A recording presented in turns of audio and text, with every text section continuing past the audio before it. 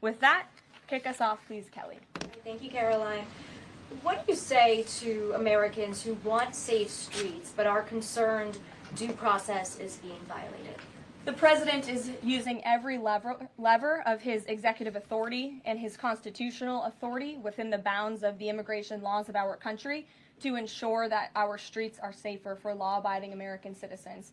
And this administration is focused on detaining, arresting, and deporting illegal criminal aliens. And as you saw this past weekend, the president used his authority under the Alien Enemies Act to deport foreign terrorists. Tren de Aragua is now a designated foreign terrorist organization. And as I said, there were nearly 200 Tren de Aragua members who were sent to El Salvador this weekend. Countless lives will be saved because of this action.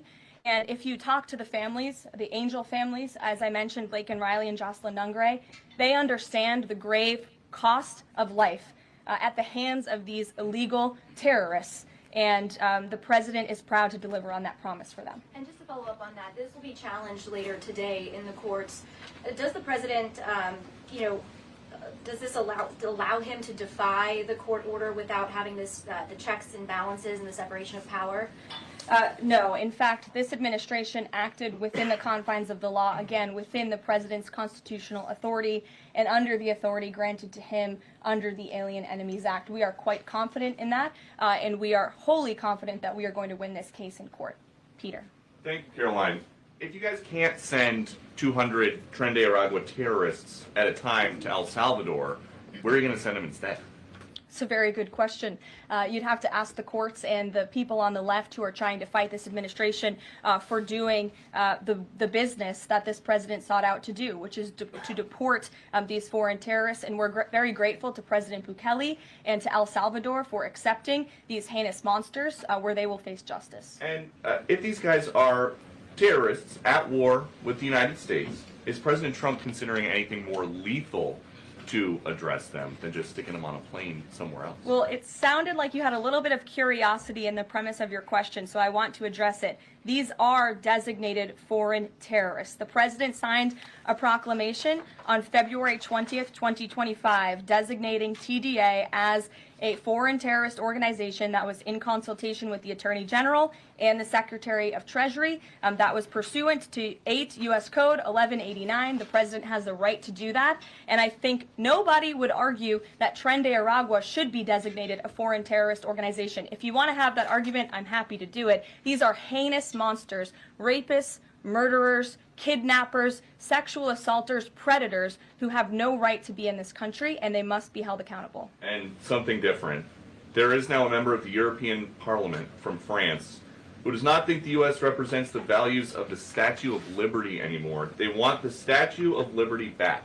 So is President Trump going to send the Statue of Liberty back to France? Absolutely not. And my advice to that unnamed low-level French politician would be to remind them that it's only because of the United States of America that the French are not speaking German right now. So they should be very grateful to our great country. Kelly.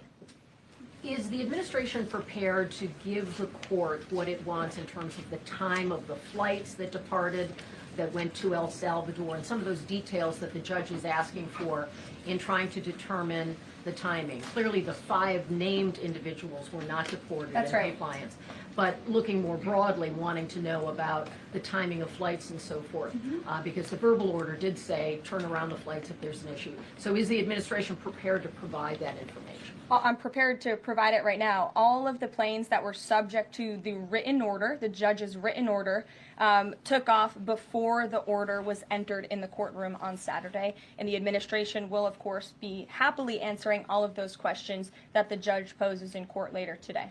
And for people who have due process questions about making certain that there wasn't anyone who was swept up who did not meet the criteria that you laid out, is there a way for the administration to provide more detail about how that was determined, who the individuals were that met this deportation order? Yes, I can assure the American people that Customs and Border Patrol and ICE and the Department of Homeland Security are sure about the identities of the individuals who were on these planes and the threat that they pose to our homeland. They take this incredibly seriously. They are putting their lives on the line to deport these designated terrorists from our country, and they should be trusted to do that. And that's exactly what the American people elected this president to do. Thanks, Caroline. Just to follow up on that then, so you're saying definitively that the administration can prove everyone that was put on those flights to El Salvador was either a member of Trinidad, MS-13, or some other entity? We've already provided the breakdown in the effort of transparency about the 261 illegal aliens who were deported. 137 of those were deported under the Alien Enemies Act. 101 of those were Venezuelans removed via Title VIII, which, as you know, are just regular immigration proceedings. And 23 of them were MS-13 Salvadorian gang members. There were also 2 MS-13 ringleaders as part of that group of 23 who President Bukele particularly expressed his gratitude for their return so he can demand justice in his home country. Jennifer. What criteria, though, other than, say, tattoos or maybe being in the wrong place at the wrong time, are they using to determine that someone is actually a member of one of these organizations? Intelligence and the men and women on the ground in the interior of our country who are finally being allowed to do their jobs. Their hands were tied under the previous administration, and as I said, they take their jobs very seriously. They should be trusted and respected by the American public with this operation, and of course, as I said to Kelly, the administration will provide all details to the questions that the court poses. Jennifer. One more follow-up on that. Can you say how much the U.S. is paying El Salvador to imprison these Venezuelans? And then a different question on Russia. I was wondering if you could give us an update on the ceasefire negotiations, and is there anything you can share on the list that Putin passed along to President Trump for the things he's requesting? Sure. To your first question, it was approximately $6 million to El Salvador for the detention of these foreign terrorists. And I would point out that is pennies on the dollar in comparison to the cost of life and the cost it would impose on the American taxpayer to house these terrorists in maximum security prisons here in the United States of America. And I would echo the message of our Secretary of State, Marco Rubio, who expressed his gratitude to President Bukele and El Salvador's government for their cooperation in this deal. As for Russia, as you know, the president announced last night on Air Force One on his return from his very busy weekend in Florida that he will be speaking to President Putin tomorrow. I won't get ahead of those negotiations, but I can say we are on the 10th yard line of peace, and we've never been closer to a peace deal than we are in this moment. And the president, as you know, is determined to get one done. Caroline? Sure. I have 2 questions for you. One on the flights, but first on the president's post overnight, saying that the pardons that were issued by President Biden preemptively to members of the January 6th committee, that they're now null and void. Have attorneys here at the White House told President Trump that he has the legal authority to undo a pardon simply because it was signed by auto pen, as he said? The president was begging the question that I think a lot of journalists in this room should be asking about whether or not the former president of the United States, who I think we can all finally agree was cognitively impaired. I know it took people some time to finally admit that, but we all know that to be true, as evidenced by his disastrous debate performance against President Trump during the campaign. I digress on that. But the president was raising the point that did the president even know about these pardons? Was his legal signature used without his consent or knowledge? And that's not just the president or me raising those questions, Caitlin. According to the New York Post, there are Biden officials from the previous White House who raised those questions and wondered if the president was even consulted about his legally binding signature being signed onto documents. And so I think it's a question that everybody in this room should be looking into, because certainly that would propose perhaps criminal or illegal behavior if staff members were signing the President of the United States autograph without his consent. Is on the record talking about issuing preemptive pardons to these people. But was he aware of his signature being used on every single pardon? That's a question you should ask the Biden Is White there any House. evidence on that he wasn't aware of it? You're a reporter. You should find out. Okay, Sean. on the flights, so I have a question on the timeline of the flights. You keep talking about the judge's written order, which hit the docket Saturday night at about 7:26 p.m., but he issued a verbal order before that at about 6:45 and 6:48 p.m. based on the court hearing. A verbal order from the the bench. Does the White House feel the need to comply with a verbal order from this judge? Again, as I said, all of the planes subject to the written order of this judge departed U.S. soil, U.S. territory before the judge's written order. But what about the verbal order, which of course carries the same legal weight as a written order, and said for the planes to turn around if they were Well, in the air? there's actually questions about whether a verbal order carries the same weight as a legal order, as a written order, and our lawyers are determined to ask and answer those questions in court. Sean. Hey, so on Friday, the president suggested at length that it should be illegal to criticize judges, but he has repeatedly criticized judges who rule against him, and Elon Musk is calling for impeachment of judges who have opposed the administration. So how are those two things not in conflict? I have not heard the president talk about impeaching judges. I know you mentioned Mr. Musk's tweet, but I have not heard the president of the United States ask that. Mary.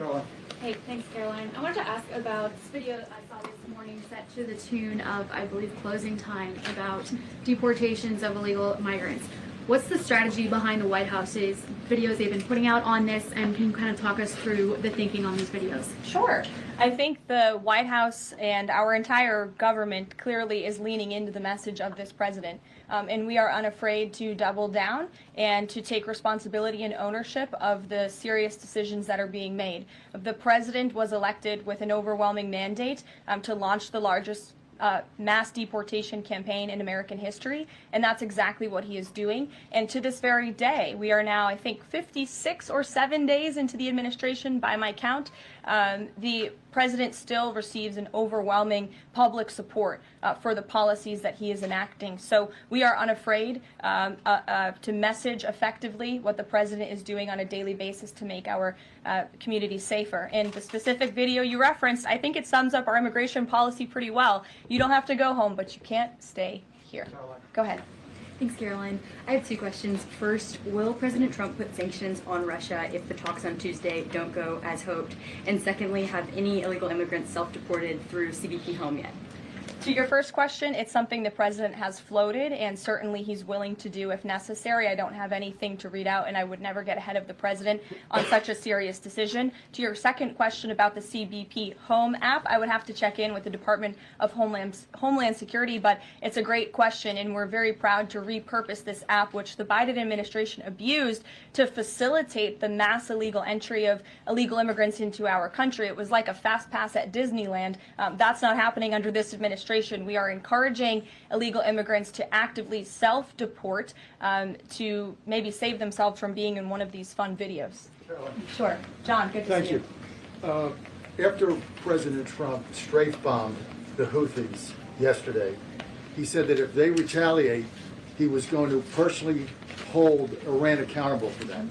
Holding them accountable, what would that look like?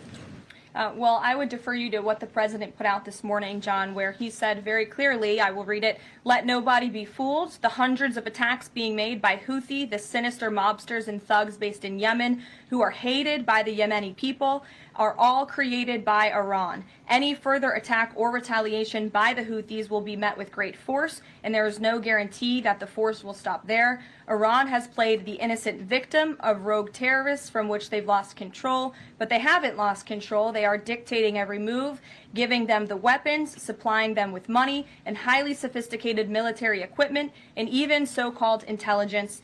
Every shot fired by the Houthis will be looked upon from this point forward as being a shot fired from the weapons and leadership of Iran. And Iran will be held responsible and suffer the consequences, and those consequences will be dire." That is a statement from the President of the United States just moments ago. I have nothing additional to share, but our message to Iran is you better take this president seriously, and I think the Houthis learned that the hard way this past weekend. As I said in my opening remarks, there's a new sheriff in town, and this president is not just going to sit on his hands and allow terrorists to launch attacks on commercial vessels and U.S. naval ships. Those actions will not be tolerated.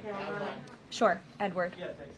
Caroline, on the economy. So after mostly a down week last week in the economy, you've been very vocal as well as other cabinet members about how we're in a transition and about how, this economic transition, and there's a plan, a long-term plan for tariffs on this. How concerned is the president that the markets and Americans, for lack of a better term, will freak out over these tariffs and be concerned about a long-term plan? Sure. I think I've been asked this question and answered this question respectfully, Edward. We are in a period of transition. The president has made that clear.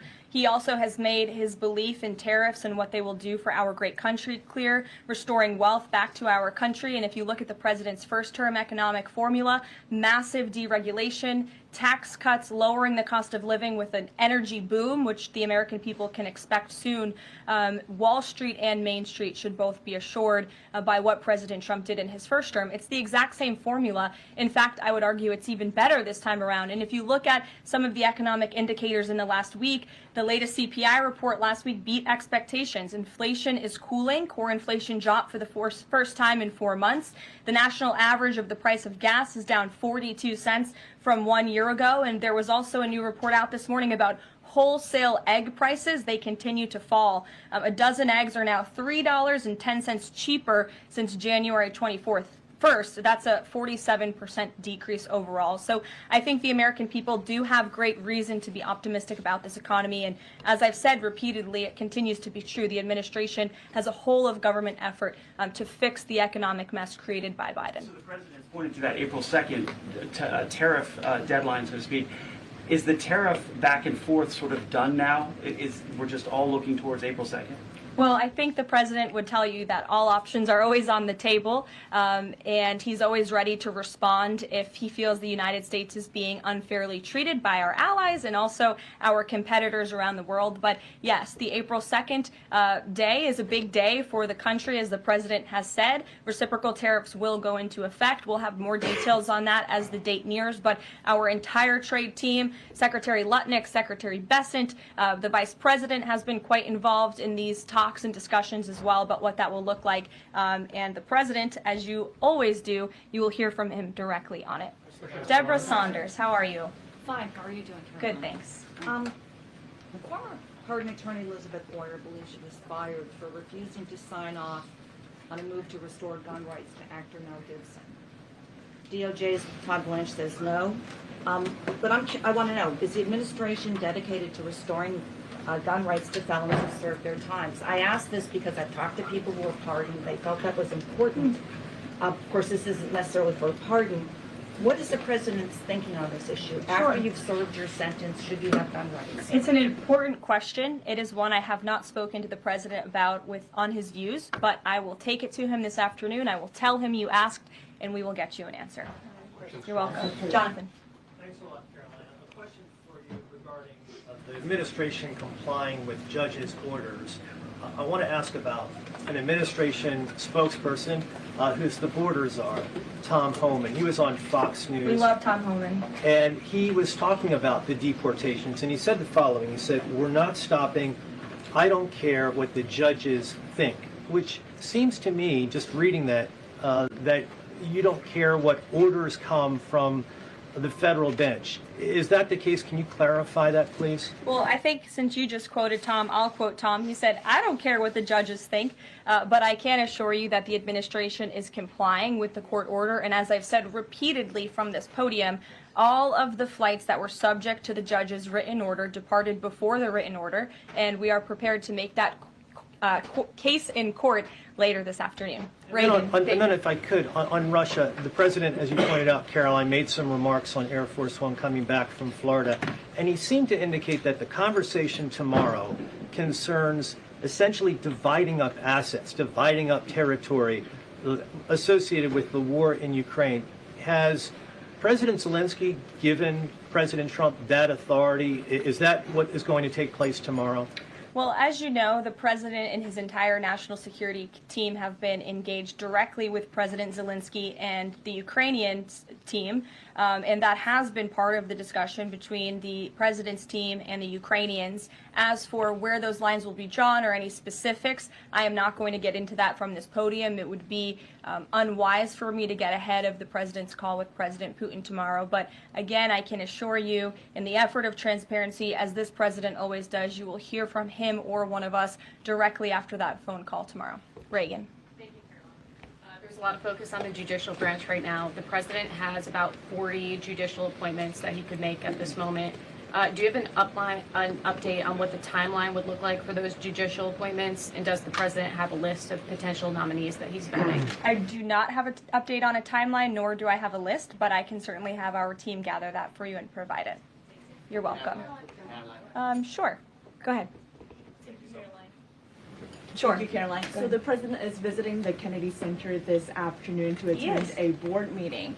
A question about what happened a few weeks ago. The Kennedy Center got bomb threats targeting a performance by Shingun Performing Arts, which is an American company showcasing China before communism. This company has been targeted, unfortunately, by the CCP for years.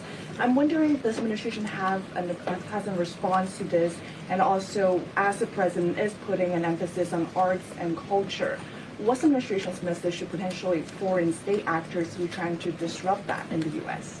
Don't disrupt it. This administration will take that very seriously and hold you accountable. We obviously condemn any violence or threats of violence against American institutions. And the president will be traveling to the Kennedy Center later this afternoon. I look forward to going with him. As you know, he is now the chairman of the board of the Kennedy Center, where he hopes to restore arts and culture that embrace American tradition, don't disparage it, as we have unfortunately seen over the past several years. The president will be doing a tour of the center. In his business developer mind, I'm sure he will make some recommendations on how the center itself can be improved, but also will be discussing perhaps some future plays and musicals and theatrical programs that the center will be hosting under his new leadership and the board's new leadership. Daniel. Will the president be discussing with Putin tomorrow the future of Volodymyr Zelensky, sort of a follow-up to John's question? Again, I've been asked and answered this question now. I'm not going to get ahead of the president's discussion tomorrow, but after the phone call takes place, I can certainly provide a readout. Daniel. Caroline, thank you so much. You mentioned earlier in the briefing that you guys are at the 10-yard line of peace. Given the amount of progress that you've made in such a short amount of time, is that an indictment of the previous administration's foreign policy stance, and is it just more proof that you need to talk to people to sort of get things done? I think so. I think the previous administration is the reason this war began. As President Trump often says, this war would have never started if he were still in office. It only started because of the incompetence and the weakness of the previous administration. And President Trump is very proud of the progress that he and his team have made in such a short amount of time. And hopefully tomorrow that progress will move forward. Sure. Thanks. There have been some media reports just in the last few hours that the administration has decided to withdraw from the International Center for the Prosecution of the Crime of Aggression against Ukraine, which is designed to hold Putin accountable for war crimes. Are you able to confirm that? And if that has occurred, why has that occurred? I'm not able to confirm it because I have not heard that. I will caution, I know there have been many inaccurate and misleading reports from Reuters lately, so I would caution anybody taking that seriously, but I can check in and get back to you.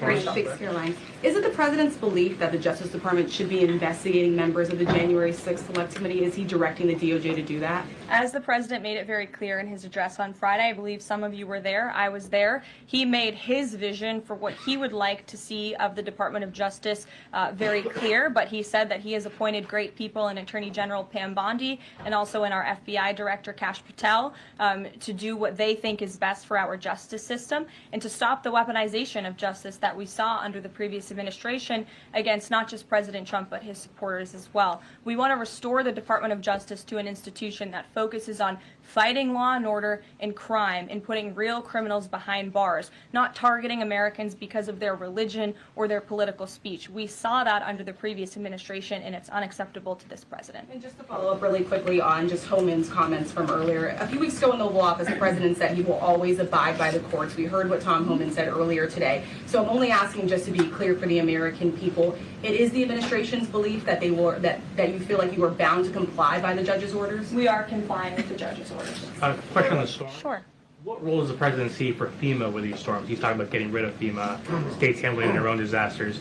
Is he planning to change how the federal government responds to these storms? There hasn't been a change yet. That doesn't mean there couldn't be in the future. But as of right now, the president, the entire administration are actively monitoring the storms, as I said. In fact, before I came down here, there was an email note in my inbox from the Department of Homeland Security on what they are actually doing state by state across the board. So rest assured, Secretary Noem and her team is on it, and I would defer you to the Department of Homeland Security for any further details. One more question. The president referenced power plants with a conversation with Vladimir Putin. What is he referring to with power plants? What is that? There's a power plant that is on the border of Russia and Ukraine that was up for discussion with the Ukrainians, and he will address it in his call with Putin tomorrow. The nuclear plant. Correct. Okay. Yes. Do you have a question? Yes. Okay.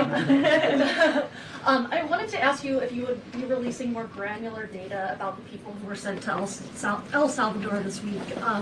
Particularly, will you be releasing their names? I don't believe so because of the privacy concerns at this point in time. That doesn't mean we won't eventually. I would defer you to the Department of Homeland Security for more details on the individuals on the flights, but we have been incredibly transparent in giving you the breakdown of the numbers and also some of the crimes committed by these heinous criminals and individuals: kidnapping, sexual abuse of a child, robbery, aggravated assault on a police officer. I would remind everybody in this room that Tren de Aragua is a foreign terrorist organization operating within the United States of America because the previous administration allowed them to invade our country. These are monsters who tortured, raped, and murdered a 12-year-old Jocelyn Nungre. They murdered 22-year-old nursing student Laken Riley. They led a multi-state sex trafficking operation involving smuggling women into the United States, holding them in stash houses in Louisiana, Florida, New Jersey, Texas, and Virginia, and forcing them into prostitution. They kidnapped and murdered a 33-year-old woman in Texas. They sexually and physically assaulted a woman and her daughter in Wisconsin. They conducted a mass shooting in Illinois. They peddled untraceable ghost guns across New York City, took over an Aurora, Colorado apartment complex where they kidnapped and tortured victims. And by the way, many of you in the mainstream media said that didn't happen. It turned out that it did. And because of the effective immigration policies of this administration, those foreign terrorists were detained and they are no longer operating on American soil, and we have President Trump to thank for that. We'll see you guys later at the Kennedy Center. Thanks so much. Thanks, Caroline.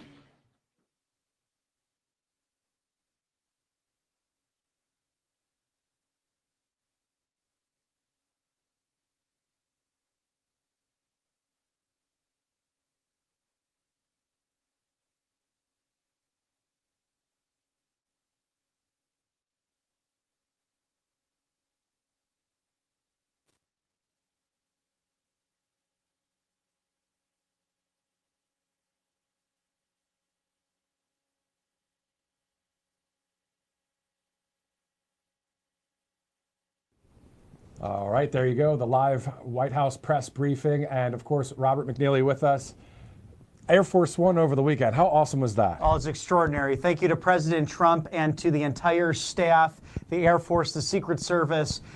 Just amazing to see, again, our constitutional founding documents enshrining a free and fair press to travel with the President of the United States on the vehicle that gets him around safely. So this just sense of honor, the sense of gratitude to the